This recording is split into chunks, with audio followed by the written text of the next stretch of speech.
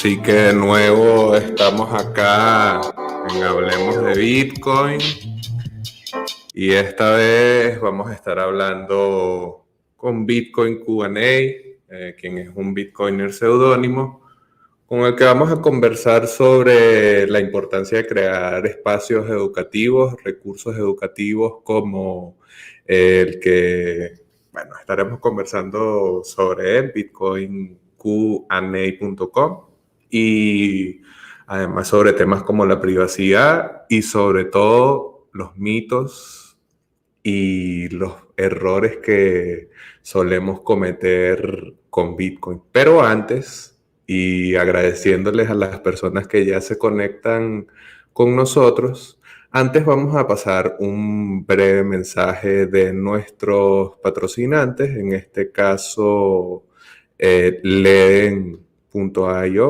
y paxful.com. Recuerden que Leden es una suite de servicios para ponerle alas a tus satoshis y Paxful es un mercado P2P de intercambio de Bitcoin con múltiples opciones de pago. Así que, sin más, vamos a escuchar este mensaje de Mauricio Di Bartolomeo. Satoshi en Venezuela es patrocinado por Leden, una suite de servicios que te ayudan a ahorrar y ganar más Bitcoin y dólares digitales. Nuestros productos te permiten ganar intereses, pedir créditos en dólares y obtener créditos para comprar más Bitcoin.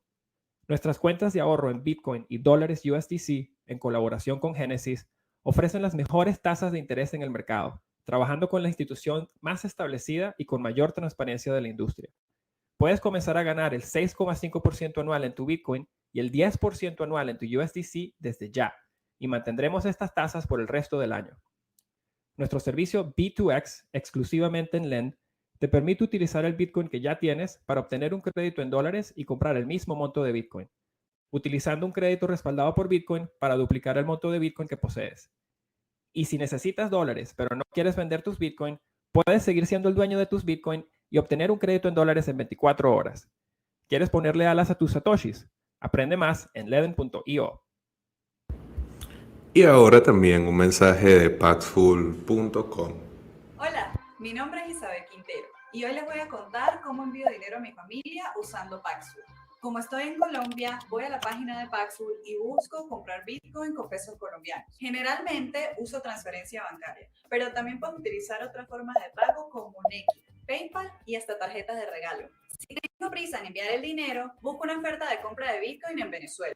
De lo contrario, creo una oferta de venta de Bitcoin y espero por un comprador que esté interesado. Pido entonces al comprador que haga el pago en mi cuenta bancaria en Venezuela. Todo eso pasa en pocos minutos, con seguridad y rapidez. Ni hablar del costo, que es mucho más barato que otras formas de envío. En algunas situaciones hasta tengo ganancias. Así que ya, logro transferir dinero para quien, dónde y cuando quiera usando Paxful. Y sí, tú también puedes hacer lo mismo. ¡Feliz regresa!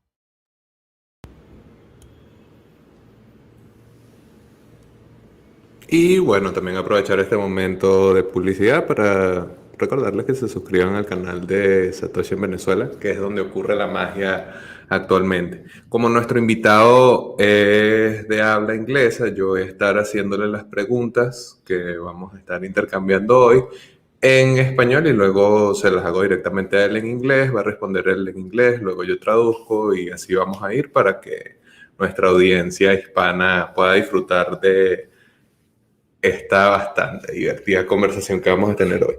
Bitcoin Q&A. Thanks a lot for being here, my friend, and also for being so patient and being here to share your knowledge and some fuego around Bitcoin. Thanks a lot. How are you? I'm good, Javier. How are you? I'm doing good. Yeah, we are Bitcoiners. We don't give a fuck about the world. I like your style. Well, I like yours too, and that's why I'm really excited to have you here. I'm a follower of your work that we will discuss in a little time. But before that, I want to know a little about when you get involved in Bitcoin, and also when was that aha moment, the revelation moment. And well, thanks a lot for being here. It's it's an absolute pleasure, Javier. Happy to be here having a chat with you. So when did I get into Bitcoin? I was one of the 2017 bull runners. I first got into the crypto space as it was back then. Sort of peak 2017, right near the all-time highs. A friend of mine who shares an office with me was playing on his phone, and he told me that he was mining Monero. Obviously, at this point, I had no clue what Monero was or what mining was, for that matter. So I got him to tell me what he knew, and it sounded really exciting. I thought, oh, great, I'm going to go and earn some free money on my phone. So that kind of got me looking into the whole cryptocurrency thing. I got sort of captivated by some altcoins. I got really into Litecoin at the time. Started doing a lot of research on that, and at the time, everybody was saying, this is the next Bitcoin. This is the next big thing. Everybody buy Litecoin. It's gonna flip in Bitcoin, and it's the future. So I wasted about probably at least 6 months researching Litecoin and watching YouTube videos and things like that. And that naturally stemmed onto some Bitcoin related content on YouTube and some podcasts. Bitcoin was always mentioned, but it wasn't it wasn't the popular thing at the time. Everything was altcoin related, and I got sucked into that in a big way. I guess I kind of just carried on watching YouTube videos and listening to podcasts, and they just kind of naturally led me to some of the more strictly Bitcoin content. I kind of stumbled across the Andreas videos, the Stefan Lavera podcast, eventually the guys from TFTC. So I started stumbling across the good content, and I started to sort of listen to as much of that sort of stuff as I could get my hands on, really. It was like every day I was trying to find out where the next podcast was coming from, and I kind of got hooked that way, really, to sort of I really wanted to understand from a technical standpoint how the Bitcoin network was put together. And obviously at the same time we were entering a brutal bear market, so I started buying little bits then, and obviously that's turned out to be a good investment so far.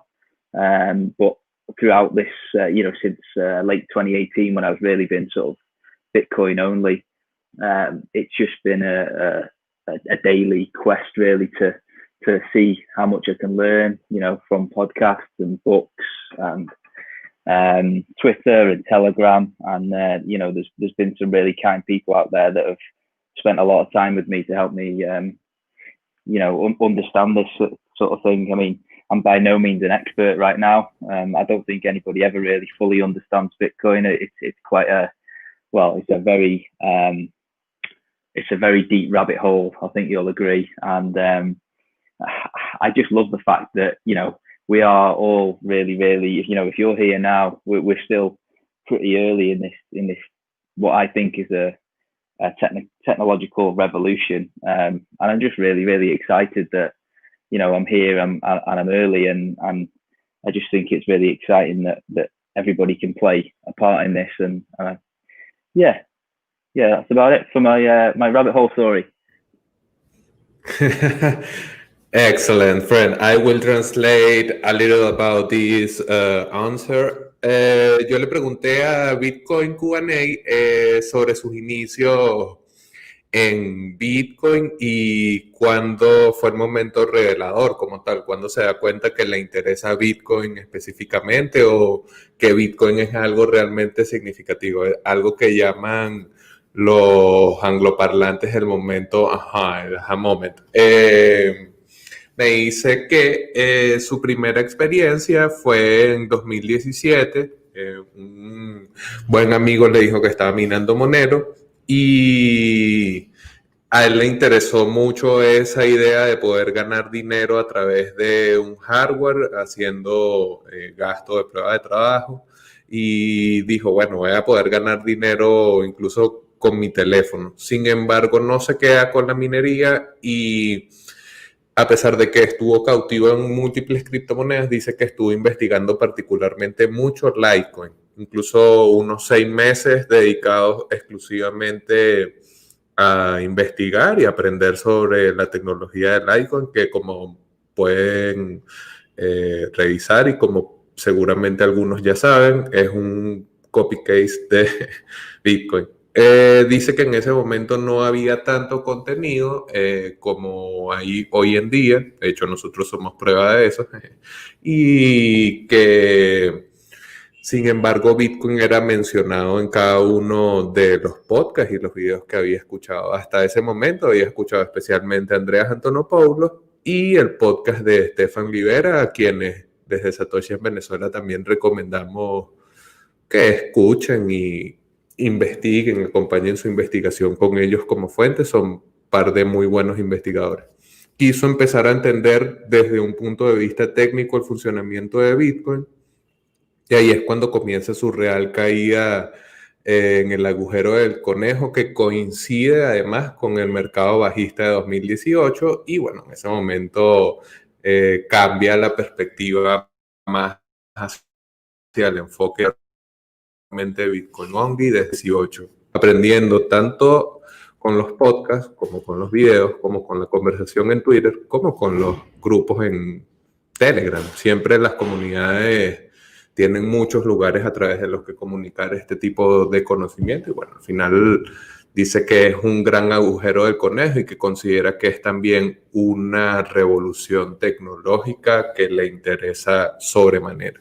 Vamos ahora a preguntar sobre la necesidad de crear Bitcoin Q&A, que además es un portal que también recomendamos que revisen porque permite, como bien dice el header de la página, respuestas simples a tus preguntas. Entonces vamos a preguntar por qué crear un espacio como este.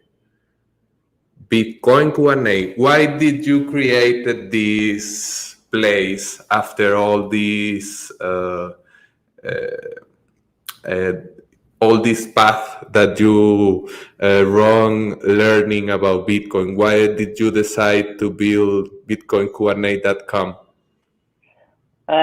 Okay, so obviously throughout that story that I just sort of told, you know, a brief outline of how I got into the space. One thing I kept coming across was that you know, there was loads of great podcasts that started to pop up. There's a lot of great long form content, so you know, 10-15 minute articles about you know, various things like why Bitcoin has intrinsic value and lots of long form stuff like that are really fantastic pieces. And there's a lot of great information packed into there. One thing I kind of felt that was lacking, and I certainly missed when I sort of was learning about all this stuff, was sort of really short and to the point answers for the people that are really just starting out in the space, that want to understand, but they don't want to sit there for half an hour reading through a really long article, because obviously I know everybody's different and everybody has different tastes, but for me personally, and if I see that an article is more than 10 minutes long, it kind of it doesn't make me want to read it really. I've got quite a short attention span. So I kind of saw a gap in the market for some really short, to the point answers to some of the most common questions that I personally had when I started learning about Bitcoin. And I thought, this would be quite a great format really, where people could just, hop onto my website and they can just pick one topic. So they can pick, okay, today I want to learn about wallets, and they can run through that wallets page. And, there'll be sort of 10, maybe no more than 15 questions on there. Some of the common stuff, really basic stuff that answers some of those questions that it's aimed to be just enough information to get people to understand the basics. Obviously, this isn't designed to turn people into Satoshi Nakamoto. It's designed to just get people started and give them enough information that they want to sort of dig a little bit deeper, or to download that wallet on their phone and just try it. So yeah, that was the idea anyway, and I think it kind of filled that gap in the market. Okay, great. I will translate this answer. Yo le preguntaba, como había dicho entonces, sobre por qué crear el site, que justamente había mostrado un poco acá en nuestra pantalla. Para, bueno, quien nos escucha justamente ahora, estamos en bitcoincubaney.com. Y vemos que la idea es responder preguntas que, si bien ya existía material sobre este tipo de elementos, los materiales eran generalmente muy largos. Ese es un elemento clave del consumo de contenido en Internet, es que el tiempo de atención del usuario no es tan prolongado. Entonces, obviamente, una lectura de 10, 15 minutos, incluso imagínense el caso alcista de Bitcoin o de Bullish Case of Bitcoin de Vijay Boyapati, que la lectura promedio es de 35 minutos. O sea, claro, el tiempo de atención no es tan prolongado. Entonces, la idea de Bitcoin Cubaney al crear la página es dar respuestas sencillas a las preguntas más comunes que suele tener la gente, pero principalmente las que tenía él. Y veremos, y hemos visto con otros invitados, que generalmente parte de esta idea. Mientras yo voy descubriendo, voy compartiendo lo que descubro, y me parece que es un principio que comparte mucho de los proyectos de software libre. Dice que voy a crear un formato donde se respondan esas preguntas, pero, y muy importante esta acotación que hace, no es que te vas a volver Satoshi Nakamoto con esto. Este es el abreboca, este es el comienzo. Aquí vas a aprender lo básico, vas a tener las respuestas más simples, como bien nos dice en el header del website, las respuestas más simples a las preguntas más comunes que suele tener cualquier persona que entra en Bitcoin por primera vez, pero no es que vas a volverte Satoshi Nakamoto. Ahora le voy a preguntar un poco sobre qué seguiría después de entrar en Bitcoin Cubaney, cuáles serían los siguientes recursos que recomendaría, antes de, bueno, pasar un poco a preguntarle sobre su enfoque y otros temas que vamos a conversar. Gracias a las personas que están acá conectados con Bitcoin Cubaney conmigo, y bueno, continuemos ahora preguntando sobre esto. I want to ask you, after this, then taking in mind, and I recommend the website, and a friend of mine click it in bitcoincubaney.com and search, he read everything. What's next step? Which is that source that you will recommend? Maybe 3 recommendations that you can tell us after being a Bitcoin Q&A visitor. Okay, so what would I recommend the next steps? Is that what you said? You broke up a little bit. Yes, exactly. Okay, I think the first obvious one would be to download a wallet onto their phone. You know me, Javier, I'm a little bit biased, and I'm going to suggest that they download Samurai Wallet. I think it's by far the best wallet out there. Yeah, you've got his thumbs up. Yeah. So I would say, yeah, definitely get yourself Samurai Wallet. If you're obviously Samurai is an Android only wallet. So if you are an iPhone user, I would recommend Blue Wallet is a good way to get started. But yeah, most people are going to be on Android these days. I would suggest, get yourself onto that Samurai Wallet, and you'll never look back. Step 2 would be obviously to go and buy some Bitcoin. Obviously, there's lots of ways that you can do that. You can go onto an exchange. Obviously, word of warning: you'll have to most exchanges will ask you to give up some personal identification, so you should be mindful as to who you give that to. You can't ever take that back. I think we'll probably touch on the whole KYC thing later on, Javier. Some of the other methods you could do it is if you've got a friend that's got some Bitcoin, you could just get them to show you how a transaction works. They could just send you just a few sats, just so you could see, you could watch that Bitcoin land into your wallet and see how powerful of a thing this network is when you see it in action. So that would be step 2. And step 3 would be, I suppose, to compose your own transaction and just, once you bought or you've received some sats into your wallet, you could obviously, if it's off a friend, you'd want to send them back, so you can see the other side of that transaction. You can see what it's like to see, get your friend to show them the QR code, or to, you can copy and paste their address into your wallet and send it back the other way. I think it's good to have both a send and a receive transaction, just so you can see how both sides of it works. And I suppose just one more bonus one would be to, obviously, you're not going to need this starting out, but if you're looking to buy a significant portion of Bitcoin, and you didn't want to keep that all on a phone wallet, I think the next kind of natural step would be to get yourself a hardware wallet. My personal recommendation would be the Cold Card.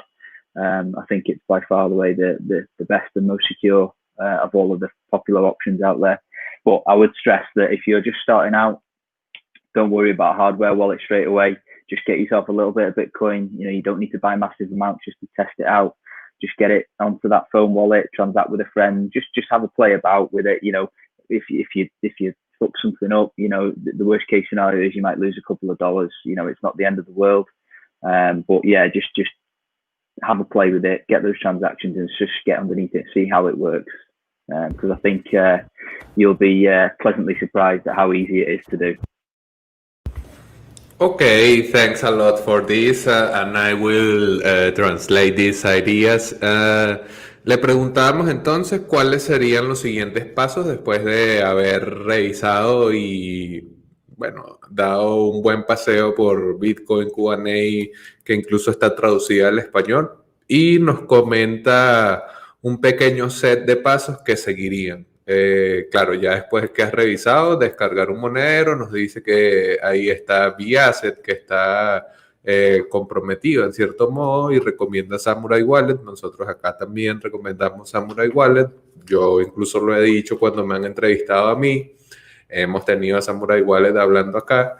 El único elemento que uno pudiese cuestionar sobre Samurai Wallet es correr dojo para tener máxima privacidad, pero bueno, esa es una decisión de cada uno de los usuarios, pero es la mejor opción Bitcoin que hay allí disponible. Nos comenta sobre opciones para iOS, que a pesar de que la mayoría de los usuarios son de Android, bueno, que Blue Wallet puede ser una opción. Yo ahí añadiría Green Wallet de Blockstream, también es un muy buen monedero. Y luego de tener ese monedero, el siguiente paso sería comprar Bitcoins. Tenemos, bueno, Paxful, como habíamos dicho, una opción. También pudiese ser a través de Bitrefill, que también es patrocinante de este espacio. y otras plataformas P2P como local bitcoins, hodl, que sería la opción ideal en el caso de no querer utilizar una plataforma con KYC, que es uno de los elementos que destacaba también Bitcoin Q&A en su respuesta. Y el tercer elemento sería, bueno, empezar a experimentar Bitcoin. Bitcoin es mejor explicado en la práctica, es decir, en el uso, que hablándolo. De repente ya teniendo el monero, uno te dice, oye, haces esto, haces lo siguiente, y así es mucho más fácil explicar y aprender a utilizarlo. Entonces, en ese caso sería, bueno, experimentar con el envío de transacciones, recibir, etcétera. Luego, si ya tú dices, bueno, yo voy a empezar a invertir concienzudamente en Bitcoin y voy a guardar una cantidad importante de Bitcoin, dice comprar un hardware wallet. No es un elemento necesario, no es que el monedero físico es algo imprescindible para utilizar Bitcoin, pero para mayor seguridad, bueno, siempre añade un nivel extra a nuestra protección y recomienda Coldcard, creado por CoinKite.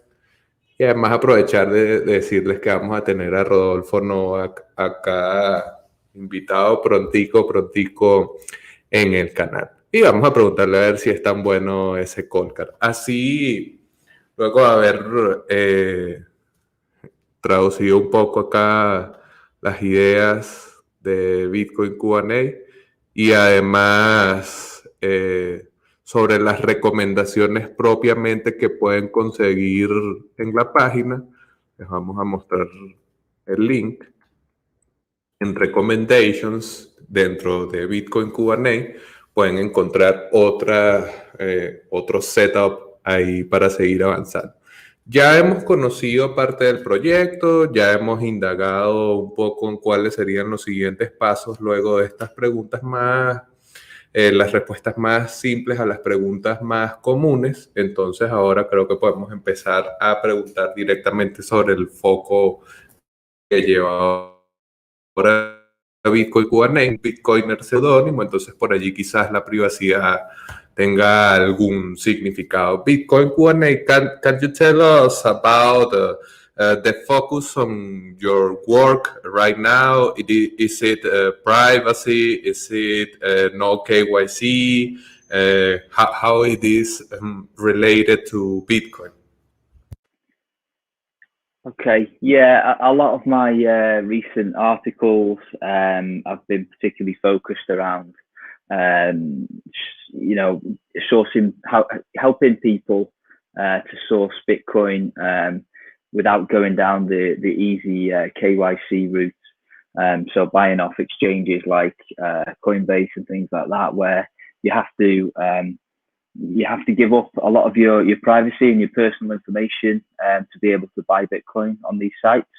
They do make it very, very easy. It's a really good user experience they make it easier. A couple of clicks and you've got some Bitcoin. Obviously, there's a big trade-off there in the fact that obviously they now hold your personal information. They know your bank details. They know exactly how much Bitcoin you bought, and they know when you bought it. So some people might not see that as a threat, but there are places in the world, and even in the Western world, in the not too distant past, where the government has literally confiscated people's wealth. So if that were to ever happen again in any country, and the government has a list they could compel these exchanges to give them a list of everybody that's bought Bitcoin and exactly how much Bitcoin they bought. There's a distinct possibility that they might come knocking on your door saying, we know that you bought Bitcoin on this date, we know exactly how much you've got, and we're going to take it from you, or we're going to throw you in jail. There isn't many people that are going to be able to stand up to that when the feds come knocking at their door. So by buying Bitcoin through non-KYC routes, so at places like local meetups, online via Bisq or hodl, where your only counterparty risk is the person that you're buying from. There's no trusted third party. There's no big data honeypot. You don't have to sign up and give your a selfie with your driving license. You don't need to provide any personal information. It just takes away a lot of that risk of any trusted third party, not just governments, knowing exactly how much Bitcoin you've got and where you bought it from. So it just adds that extra layer of security at the individual level that sort of protects you. Whereas going KYC down the KYC route, it might be easier. There's certainly a lot more friction going down the Bisq or the hodl route. It's definitely, I'll openly admit it's not as easy. There are some more steps to take, and the user interface is not as slick as the likes of these centralized exchanges. But for me, I think it's more than worth the trade-off of gaining that extra privacy. And you may pay a little bit of a premium to get these KYC-free Bitcoin. But I think that is generally accepted as a small price to pay for potentially a lifetime of freedom that owning non-KYC Bitcoin can grant you. So yeah, I've kind of focused a lot of my recent articles and sort of posts on pushing people towards down that route, and just making them think twice really about, do I really want to give this information up to this third party? Do I trust them? Because they're certainly not going to withhold that information if the government asks for it. They're not going to try and protect you. I would urge everybody listening to this just to think twice, and it's definitely worth going through that little bit of extra friction to try and get some Bitcoin from a non-KYC source.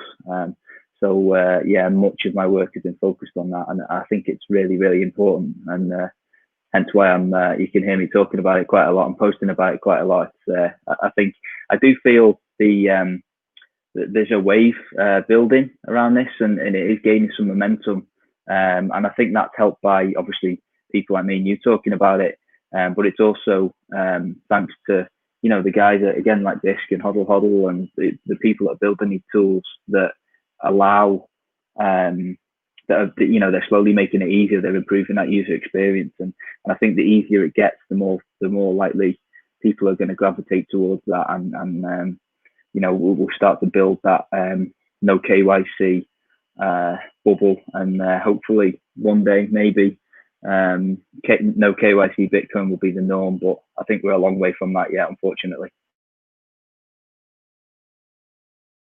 Okay, I will translate these ideas because I find them really useful. Le habíamos preguntado sobre cuál es su enfoque, su interés actualmente, y nos comenta que el interés actual es sobre, la forma de obtener Bitcoin sin cumplir con los requerimientos de conoce a tu cliente. Esta idea de enviarle una foto a la casa de cambio con tu pasaporte, enviar datos sensibles, etc.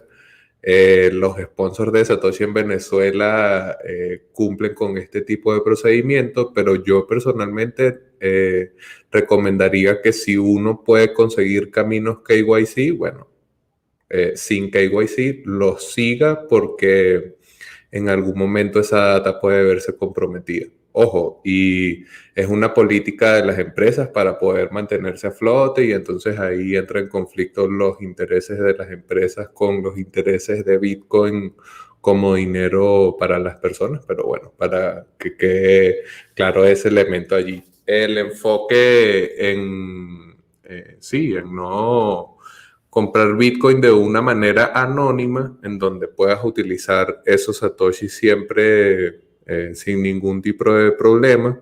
Entonces, sin que nadie tenga acceso a tu información privada. En este caso hizo la salvedad generalmente los que son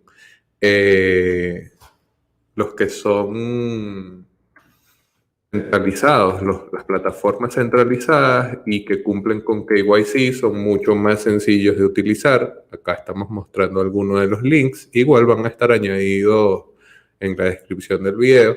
Estos servicios que cumplen con KYC son más sencillos, tienen una experiencia de usuario mucho más simple y él señala que es uno de los más importantes trade-off sobre la privacidad.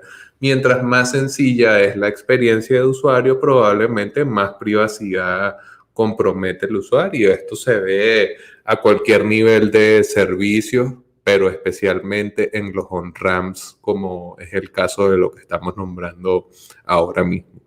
Mucha gente puede no ver esto como una amenaza, pero hay lugares en donde los gobiernos ya han decomisado riqueza. Entonces, no sería extraño que volviera a suceder y que en este caso la riqueza sea robada o sea decomisada, que es el eufemismo legal que usan los estados para el robo de la riqueza de los ciudadanos, sea robada en bitcoins, aprovechando los exchanges y la necesidad de cumplimiento de esas regulaciones sobre la información de sus usuarios. Y hablaba sobre cuáles serían las vías ideales para poder comprar bitcoins de manera anónima. Sería, bueno, en meetups locales, estas reuniones como las que solemos hacer, porque vamos a volver a hacerlas, solemos hacer acá en Satoshi en Venezuela, en donde nos reunimos un montón de personas que nos interesa Bitcoin, hablar sobre Bitcoin, y pueden ser espacios interesantes para la interacción social y directamente para el intercambio de fiat por Bitcoin de manera anónima, P2P, cartera a cartera. Mucho mejor que eso no hay. O si no, HODL, que como saben utiliza un esquema multifirma y entonces allí no hay riesgos de tercero de confianza. Otra plataforma que pudiésemos mencionar de repente, Local Cryptos y BISC. BISC no es propiamente una plataforma, sino un software descentralizado para el intercambio de bitcoins. Sería el puente ideal, pero bueno, como también nos decía, a pesar de que el enfoque de sus artículos va en ese tema y él quisiera ver un acceso sin KYC a Bitcoin, que sea esa la norma, estamos aún muy temprano para estar allí. Bueno, en líneas generales creo que en cuanto a privacidad todavía tenemos mucho que estar luchando y siempre va a haber que estar en vigilancia allí, especialmente cuando uno entrega su data.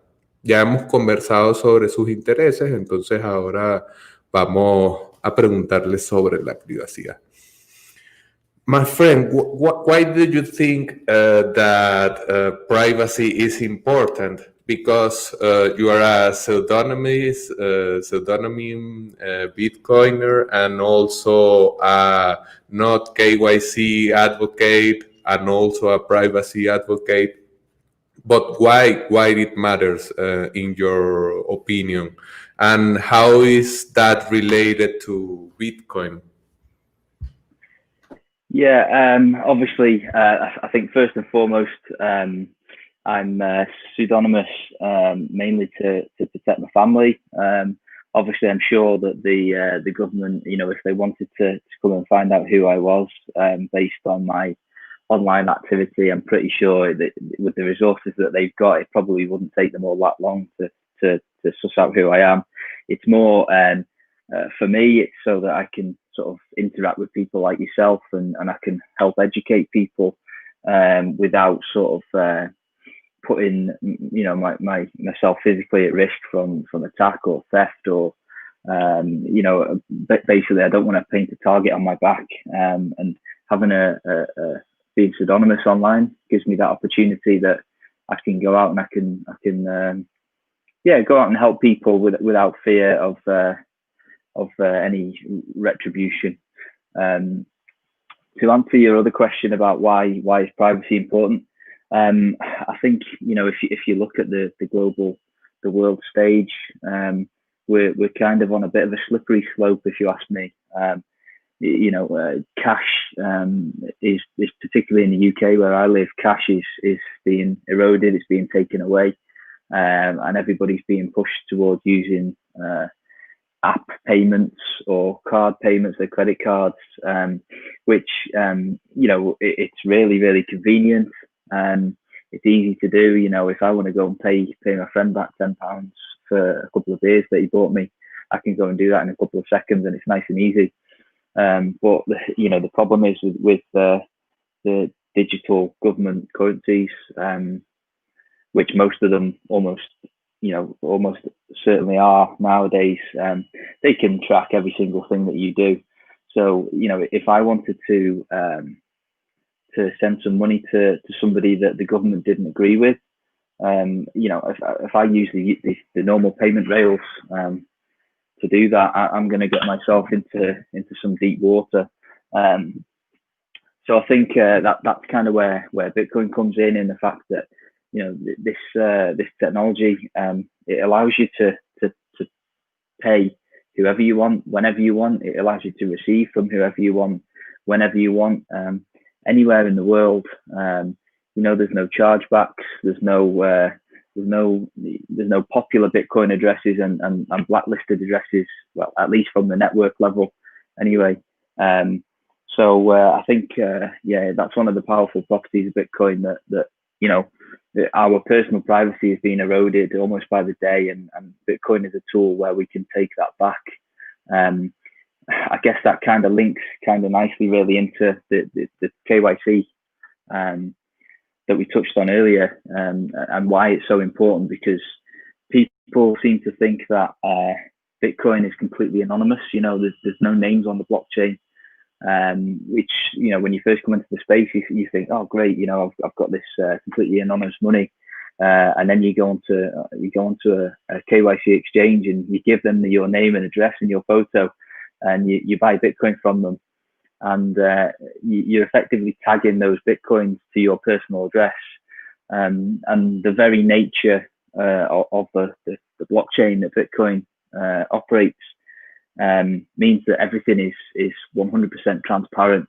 So if you, Javier, were to go onto a KYC exchange and to buy $100 worth of Bitcoin, that exchange can follow you across the blockchain, and they, say you sent that to me, they know when you sent that, who and who you sent it to, and they could sort of follow that.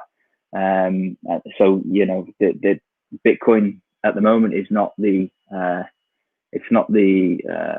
golden bullet, so to speak. That there are tools out there like CoinJoin and things like that, which we can touch on later. But if your step one is buying Bitcoin from an exchange where you have to give up your identity, you kind of know better off really than just buying, than using your bank card or your credit card, because everything's tagged to your name, and the very nature of the blockchain is that they can see everything that you do. So Bitcoin it does open some possibilities for us to take back those privacy, but everybody's just got to be so careful at how we use it, and to use it to its full potential. Because I think if we just take the easy route,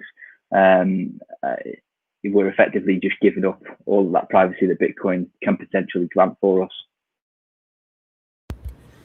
Okay, thanks for this answer that make us think about how valuable is our privacy against our the commodity, the usefulness, the easy on ramp that could be this kind of services. I think that we should think more about this, because we are in an early stage and people are giving away their data for $30 on XLM or shitcoins like that. So I think that, but in the other hand, you have this Facebook affair with the privacy leaks and how they use the user information and stuff like that, and people still using Facebook. So with Bitcoin and privacy and KYC on ramps, I think that happens a really similar thing. People don't really want to take the responsibility that it have to use Bitcoin in a sovereign way. So I will translate a little of this. Bueno, le habíamos preguntado sobre la privacidad y también un poco conectando con su propia experiencia como Bitcoiner, siendo un Bitcoiner seudónimo. Entonces ver ahí si es por algo, como siempre se suele asumir que la gente que no revela su identidad es porque es delincuente o algo así. Entonces, al contrario, nos dice que más bien es para proteger a su familia, porque en determinado momento puede ser que los gobiernos del mundo, o particularmente el gobierno del lugar donde vive, pueda querer tomar represalias contra Bitcoin o contra los Bitcoiners en general. También nos comenta que la idea es no tener un blanco en su espalda y que además esto le permite poder ayudar a cualquier persona sin tener ningún tipo de problema, sumarse a espacios como este de Hablemos de Bitcoin acá en Satoshi en Venezuela, o ayudar a gente a montar un nodo, a instalar un monedero, etcétera, de una manera más simple, porque sabe que no es que va a comprometer su identidad o algo así. También nos comentaba en la respuesta anterior la idea de cómo tú conectas tu identidad fiat, que esto ya lo habíamos dicho antes, la identidad del mundo de los estados-nación, con tus direcciones en Bitcoin si utilizas KYC, servicios con KYC. Entonces ahí es donde destaca la importancia de la privacidad, porque esos servicios que terminan siendo como potenciales vectores de ataque a la privacidad de los usuarios, comprometen lo que ofrece Bitcoin como respuesta a el exterminio del dinero en efectivo, que también lo explicaba, la preferencia de procesadores de pagos digitales que son muy sencillos en cuanto a la experiencia de usuario, pero que igual comprometen nuevamente la data de sus usuarios. Entonces ahí pareciera que Bitcoin pudiese entonces verse usado por este tipo de servicios que terminarían siendo lo mismo, un mecanismo de control, una forma en la que el Estado, en este caso entidades corporativas con intereses que no necesariamente estén alineados a los de los ciudadanos, puedan entonces controlar de manera más eficaz la privacidad de los usuarios que utilizan incluso Bitcoin. Y bueno, nos dice que al final, si es inevitable que cumplas con KYC, tienes que saber que vas a estar expuesto. Nos han estado comentando acá en el chat, enviando saludos a Bitcoin Q&A y además felicitándolo por el trabajo del website, que bueno, me parece bastante merecida esa felicitación. Ahora vamos a empezar a hablar sobre los mitos. Vamos a conectar de una vez esto, que además está en el website. Ya estamos por mostrarles acá en pantalla. Está en el website los principales mitos. Entonces vamos a preguntarle un poco acá a Bitcoin Q&A sobre eso. I want to ask you a little about the myth around Bitcoin and the misconceptions. And first, before the more common of those, why do you think that they became so popular? Because many of the no-coiners or even shitcoiners used to know about these kind of arguments that many are debunked, but why do you think that they gain so traction? And also, which are the most popular of those?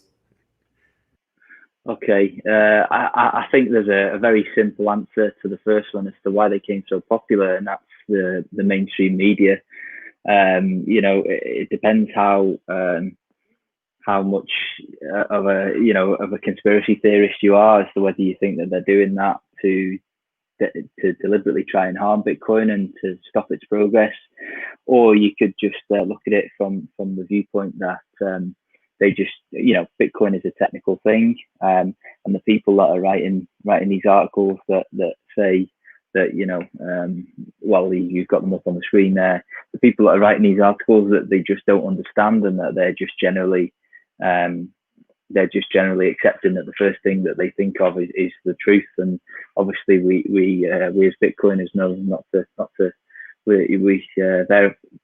don't trust, verify, and I think it's probably fair to say that most of the journalists from the mainstream media, they're not doing that, and they're just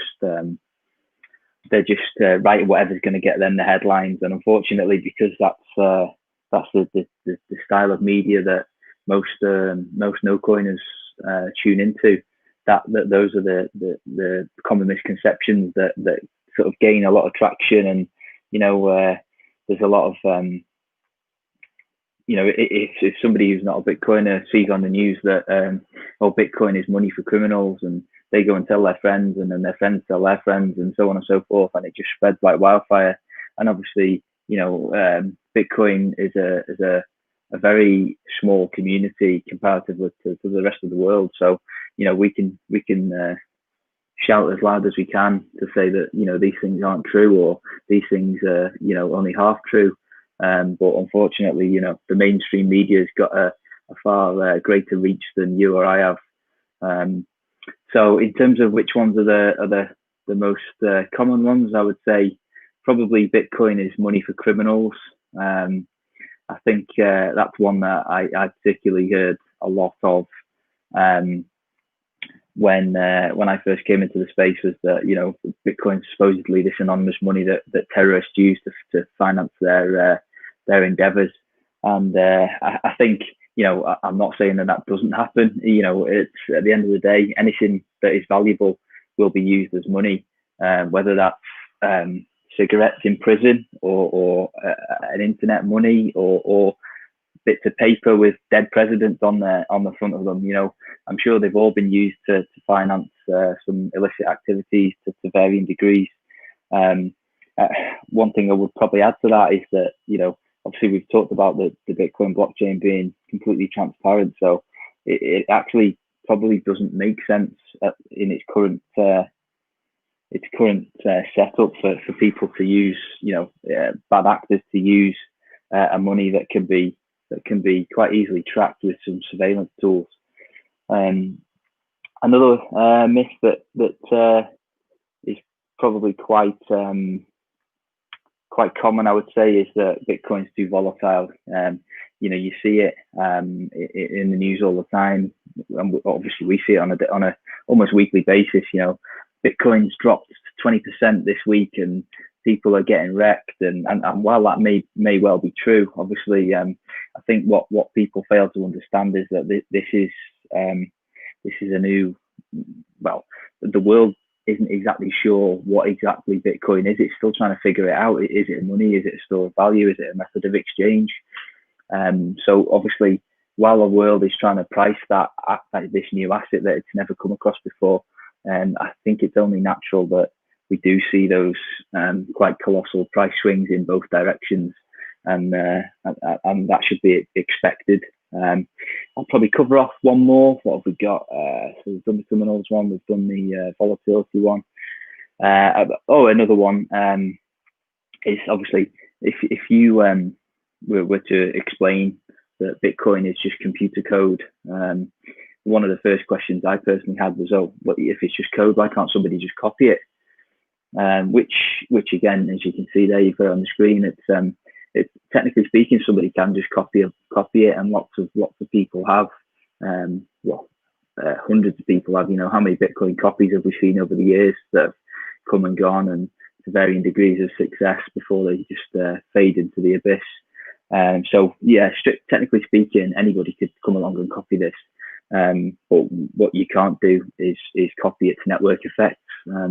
Obviously, the Bitcoin's following since its inception, just over 10 years ago, its following has grown exponentially, and we're at the point now where we've got big institutional investors coming into the space and putting sizable amounts of capital into this asset. So it's all of that is sort of gaining it into momentum, and even down to just the daily user like you or I. I think the number of people that are using it is growing exponentially. So I think, you know, if you or I were to just copy Bitcoin's code, the one thing that we can't copy is its network effect, and we can't sort of steal all of those users and take them with us, because you know, it would just be a carbon copy, and there would be no value there. The value is in Bitcoin's network effect. So yeah, I think those are the three common ones that probably worth covering, Javier. Excellent, my friend. I think that this is money for criminals is the most common of all, and yeah, it's really common to hear that in the mainstream media. I will translate a little of this. Le habíamos preguntado sobre cuáles son los mitos más populares sobre Bitcoin, porque bueno, como están viendo en el banner que está corriendo acá abajo, hablemos de Bitcoin, hoy es mitos y errores comunes. Vamos entonces por la parte de los mitos. Preguntábamos cuáles son los más comunes, nos responde, y como había comentado yo ahora al final, el número 1 se lo llevaría, que es dinero para criminales. Bitcoin es dinero para criminales, solo lo utiliza la gente que quiere comprar drogas en la dark web, los que van a comprar armas de tráfico de un país de Oriente Medio, etc. Nos dice antes que no es un tema tan popular y que gana más popularidad el mito alrededor de Bitcoin que Bitcoin propiamente, porque la media parece tener alguna especie de fijación con la conspiranoia. Esta idea de vender teorías que suenan muy descabelladas o que justifican de manera descabellada algún X suceso. Y bueno, Bitcoin se ha visto afectado por este tipo de narrativas en la media. Entonces, por eso la idea del prejuicio sobre dinero como para criminales, que ataca que no ha sucedido en su momento, y recordaré Silk Road y otros casos de uso en donde se comerciaba elementos ilegales dentro de ciertos estados, y obviamente esto es algo que sucede, pero no es exclusivamente para delinquir, a menos que delinquir incluya, bueno, tener ahorros en el banco, que pudiese llegar a ser un elemento, y que bueno, como ya hemos visto, ha sucedido el decomiso de riqueza. ¿Por qué no criminalizar el ahorro, por ejemplo? Ya la inflación de por sí lo criminaliza, pero bueno. El segundo y más común de los mitos sería la volatilidad, y que son noticias que siempre ve, especialmente cuando son a la baja. Bueno, Bitcoin cayó 20%, Bitcoin se desplomó el 13 de marzo, etcétera. Entonces, en este caso destaca que es que la gente no entiende el proceso de monetización que está viviendo Bitcoin como dinero descentralizado, y bueno, todos los actores que influyen en este mercado. Y finalmente, entre los más comunes para Bitcoin Q&A tenemos la copia de Bitcoin. Entonces, siendo un proyecto de código abierto, siempre queda la duda de si es posible copiar a Bitcoin y tener Bitcoin Javier o Bitcoin Satoshi o cosas así. Entonces, obviamente sí lo puedes copiar, obviamente puedes hacer todo lo que quieras porque es un software abierto, pero los efectos de red son de Bitcoin, y entonces nos dice que la copia no es suficiente, no basta con tú querer ser el rey es solo uno. Vamos entonces ahora con los errores más comunes, que también es otro de los temas que toca Bitcoin Q&A en el website, y que además están traducidos directamente al español. And now that we already discussed the common myth around Bitcoin, maybe we can talk a little about the common mistakes, those that we made as snobs, or even after years using and studying Bitcoin, we can make those. So which are those common mistakes, my friend? Okay, well, I think the main two we've kind of covered a little bit, so I'll just mention them, but I won't go into too much detail. The first one is obviously shitcoins. I think we all did it. There's not many people that go straight into Bitcoin. Everybody dabbles a little bit into the various alternative coins that are out there. So personally for me, if you're somebody that's thinking about investing in one of these other altcoins, I would strongly suggest that you think twice about it, and at the very least do some diligent research into what you're going to invest in. I think we've covered that one quite extensively. The second one, which again we've covered, is buying Bitcoin through a KYC service. Again, we've covered that, so I'll cover some of the other ones. I think kind of linked to the KYC issue is a lot of people they go on, they get interested in Bitcoin, or they see that they start to see the number go up, and everybody gets that glorious FOMO, and they want to buy some, and they want to buy it now. So they go onto an exchange, and they buy some. They put $50, $100 in. They've got some, and they think, great, yeah, I've got some Bitcoin, and then they just leave it on the exchange. So what they've effectively done there is that they've given the exchange their money, their $100 or however much it is, and what they've actually got there is they haven't really got Bitcoin, because they're not in control of the private keys. What they've got is an IOU. Basically, they've got a promise of some Bitcoin if the exchange is solvent enough and honest enough to give it to them. Now, most of the time, this isn't going to be a problem, but there have been some horror stories in the past where people have left, to them, significant amounts of money on an exchange, and that exchange is just either the founder has just disappeared and stolen all the funds, or the exchange gets hacked and their Bitcoin gets stolen from them. I would urge everybody listening to this or watching this if you've got any amount of Bitcoin on an exchange, get it off there and get it into a wallet where you control the private keys. That can be anything. It doesn't need to be a hardware wallet. It could be a mobile wallet on your phone, or it could even be a paper wallet. Whilst I'm not a huge fan of paper wallets, it's still a lot better than leaving your Bitcoin on an exchange, because you're still in control of those private keys. So make sure you get that Bitcoin off those exchanges.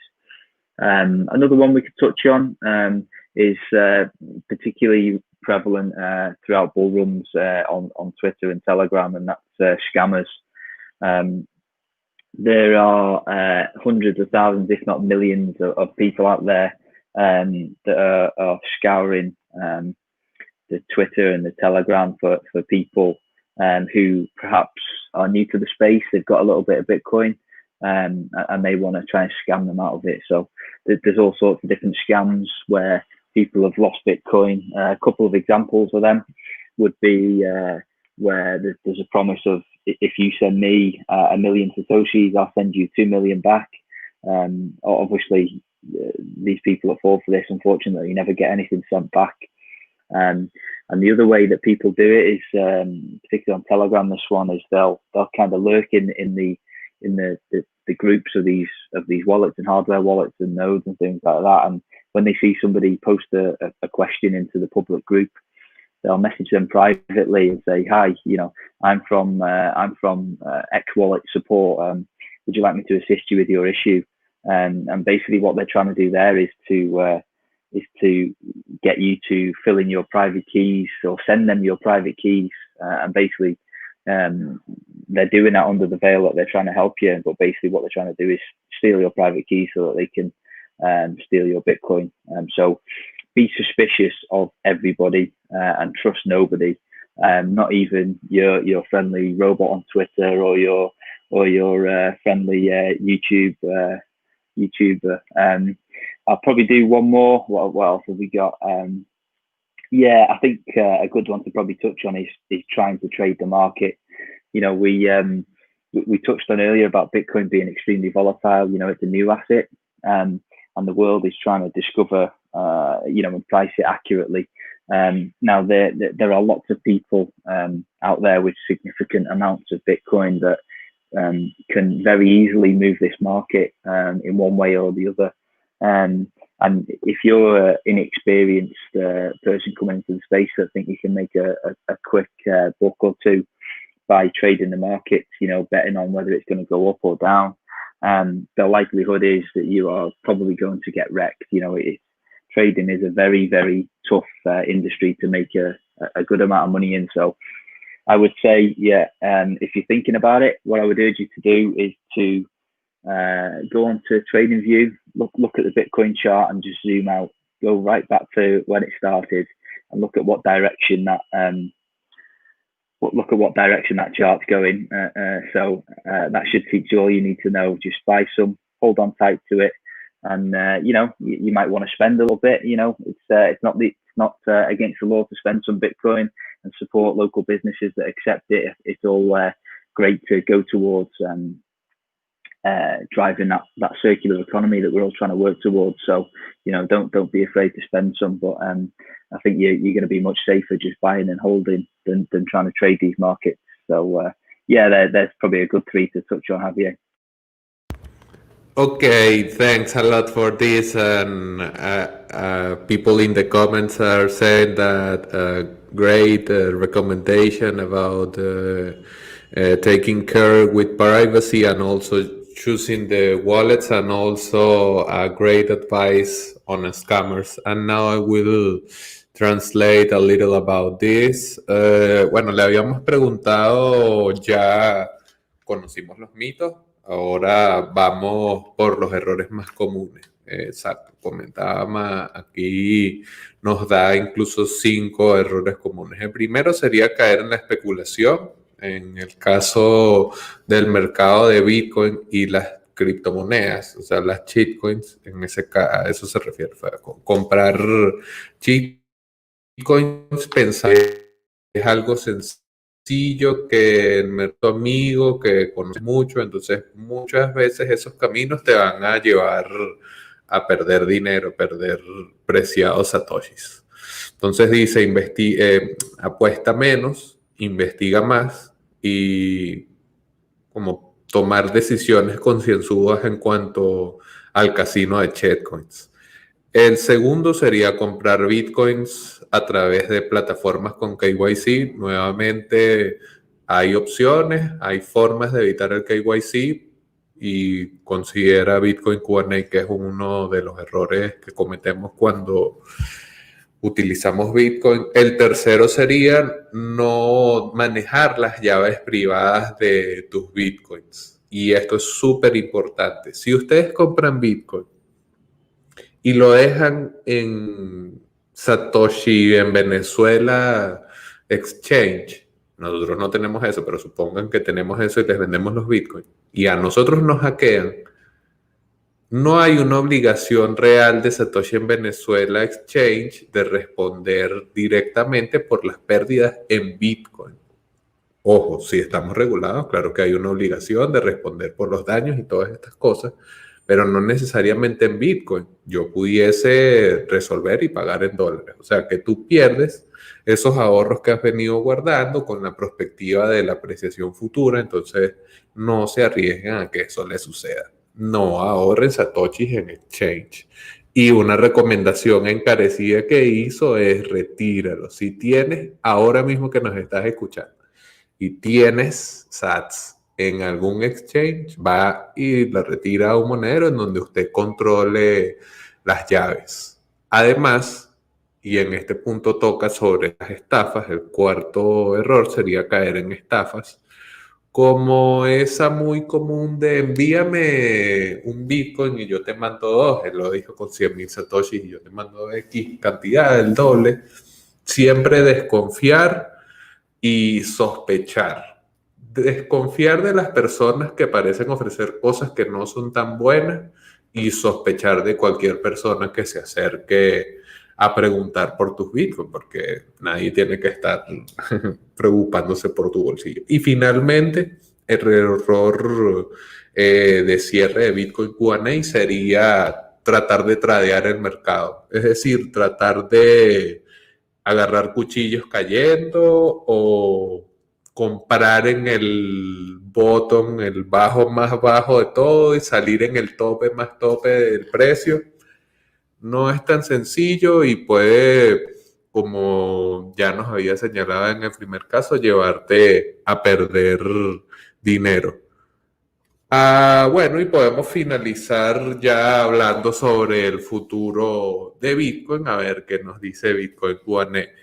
Thanks a lot for your time, Bitcoin Q&A, and for a close question, I want to ask you about the future of Bitcoin. Since you are a privacy advocate and also a non-KYC advocate in the case of using and buying and earning Bitcoin, how do you see this technology, this kind of money in, let's say, 12 years since now? That will be 3 halvings. So what are your thoughts on the future Bitcoin?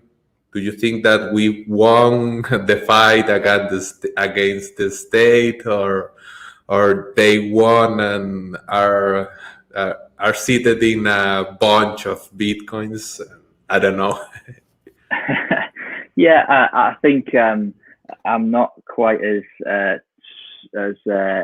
eternally optimistic as the number go up. Maxi crowd, I appreciate their energy.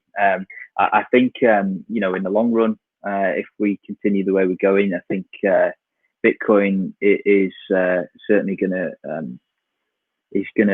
do well. But I think it's gonna take a hell of a lot longer than most people think. I think it's gonna get a hell of a lot uglier than most people think as well. I don't think these governments are going to go down without a fight. Or I suppose there's 2 ways to do it. If this happens quickly, I think it's going to be messy, and there's going to be a lot of people that are not going to do well out of this. And obviously, the people that hold a lot of Bitcoin might do really well out of it. The other thought I have potentially is that this takes a very long time. And that Bitcoin operates in kind of a separate economy, so to speak, and that the government continue to try and fight it over a really long period. But I think people will naturally start to I'm talking sort of at least 50 years away here, probably 40, 50 years, that people slowly start to gravitate towards it, and that it just gradually takes over. People start to turn away from government money and start to look for something else that can't be corrupted. But I think that is probably the more logical option for me. But I think it might not be the most popular one, in the fact that it's going to take a lot longer than what most people expect. Don't get me wrong, I hope it goes. I hope it takes off tomorrow. I'm just being a bit of a realist, and I think that most people need to manage their expectations, and this isn't a get rich quick overnight scheme, unfortunately, that most people think it is. So what do I see for the future? I think Lightning will take off and will grow, but I think again that takes a lot longer. I think fees stay quite low and quite manageable for quite some time to come, which I don't think is a bad thing. It gives us more time to develop the on-chain privacy things like CoinJoin and that, and develop them, which I think is a good point. yeah, that's kind of where I see things going. I'm optimistic about the future for sure. Okay, thanks a lot, and thanks a lot for your time being here. I will translate and then we close this.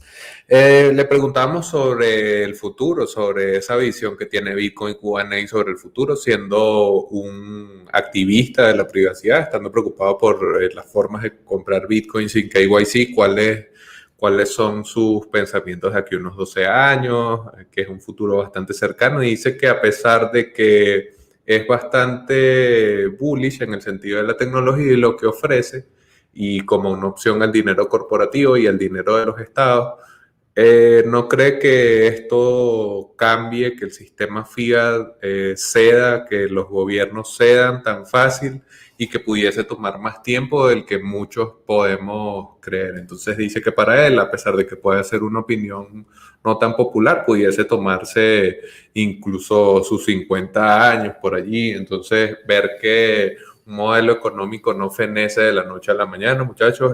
La perspectiva de Bitcoin Q&A nos dice que puede ser que cosas como Lightning Network, que como sabemos es una red de segunda capa para el intercambio de Bitcoins, el enrutaje de Bitcoins, envío entre nodos y canales para que los usuarios puedan transaccionar Bitcoin con bajas comisiones y de manera instantánea. Dice que espera ver un importante crecimiento en eso, pero que ahora mismo no hay los incentivos porque el mercado de fees no ha llevado a ese punto. Creo que en parte por eso siempre nos gusta hacer esa pregunta pensándolo en halvings, porque también reduce la recompensa para los mineros.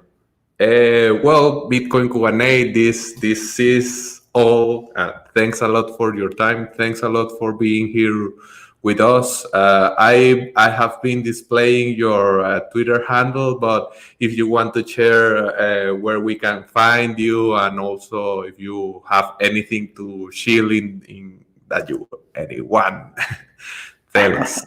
Okay, yeah. Obviously, you can find all my work on bitcoinqna.com.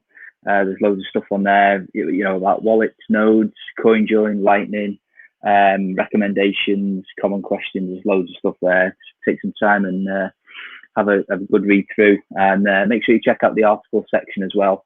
There's lots of information there about how to set up all the common wallets, and information on running your own node. All of the popular, or some of the popular implementations are covered there, like MyNode, Ronin Dojo, Samurai Wallet, all of the good stuff. It's all on there. So make sure you spend some time on there, and on Twitter and at BitcoinQ_A. And I'd just like to sign off by saying, Javier, it's been a pleasure, and thank you for everything that you do for the space as well. I really love your live stream, so keep up the good work, man. Thanks a lot, my friend. Thanks a lot for your time. And well, ya hemos terminado nuestra entrevista, nuestra conversación con Bitcoin Q&A, pero mañana continuamos con este 10º ciclo de encuentros Hablemos de Bitcoin, que como saben, bueno, es un espacio de difusión que hemos creado acá en Satoshi en Venezuela para no perder el tiempo a pesar de la pandemia. Mañana vamos a estar con Jack Everett de TH and the Air Games. Pueden bajarse Bitcoin Bounce para que vean de qué va ese fondo de pantalla que ven allí. Y bueno, muchas gracias a todos por acompañarnos hoy.